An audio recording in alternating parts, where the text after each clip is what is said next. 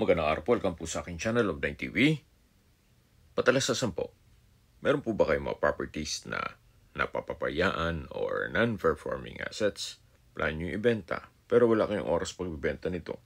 Kung ito'y pagkakatiwala nyo po sa amin, tawag lang po kayo sa aking numero, usap po tayo, gawan ko po ng video for free. Yes, libre po, wala po kayong babayaran. Tutulungan pa namin kayong mabenta ang inyong property. Kami na po bala sa marketing, sa boosting or paid ads, even sa tripping. Hindi na po kayo mapapagod sa pag-entertain ng mga buyers. Kami na po bala sa lahat. Tawag lang po kayo. Nandito po tayo ngayon sa Metro Gate, Indang, Cavite, kung saan meron po tayong bagong video presentation. Dalawang parsela ng lupa na may lot area na 90 square meters each. May total lot area po ito na 180 square meters. Ito po'y titulado, buhay po ang may-ari, kaya wala po kayong maging problema sa documentation o sa transfer ng title. Patag na patag po ang lupa, kaya usable po lahat. Wala pong masasayang. Ang Metro Gate Indang po ay isang subdivision na meron pong 24-hour security at kumpleto po ang amenities.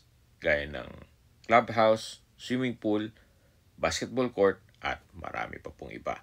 Napakatahimik po ng lugar, sariwa ang hangin, at malamig po ang klima.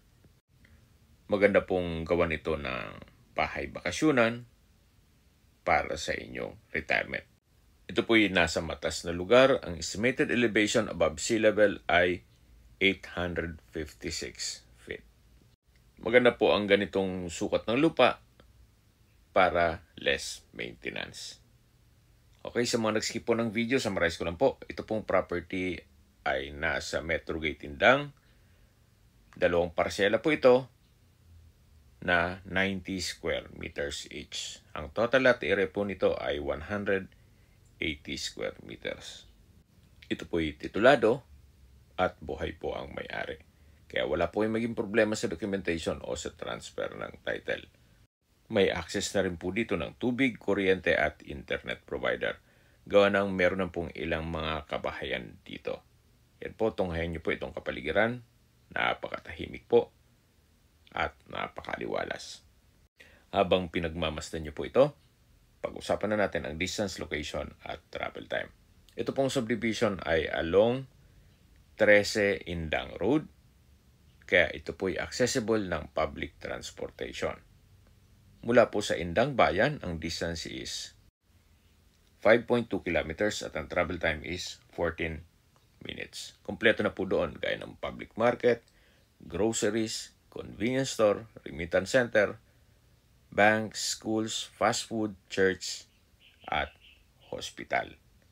Yan po yung lagi kong binabagit sa aking video na dapat nyo i-consider sa paghanap ng property, yung meron pong malapit na hospital.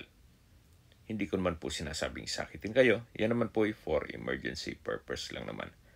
At meron pa pong isang hospital na malapit dito, ang General Emilio Aguinaldo Hospital sa 13 Martires na may distance na 7.2 kilometers at ang travel time is 13 minutes. Opo, malapit po ito sa 13 Martires, Cavite. Mula po sa SM13, ang distance is 8.4 kilometers at ang travel time is 17 minutes. Mula naman po sa Tagaytay, ang distance is 16 kilometers at ang travel time is 29 minutes.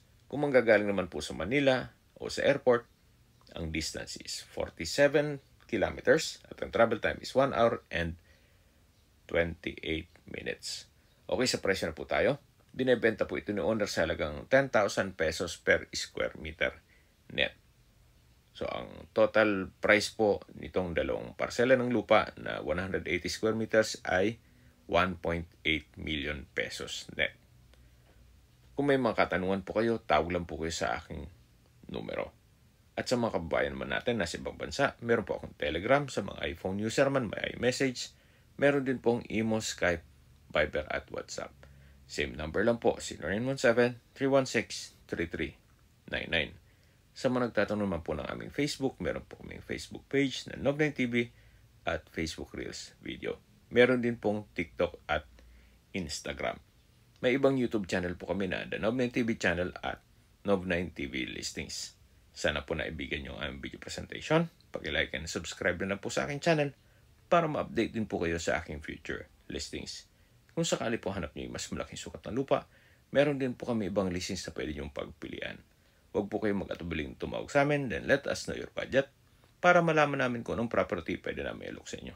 Sa lahat pong viewers, subscriber at nagtiwala po sa amin, salamat po sa suporta. Ingat po kayo lagi at yung pamilya. Maraming salamat po.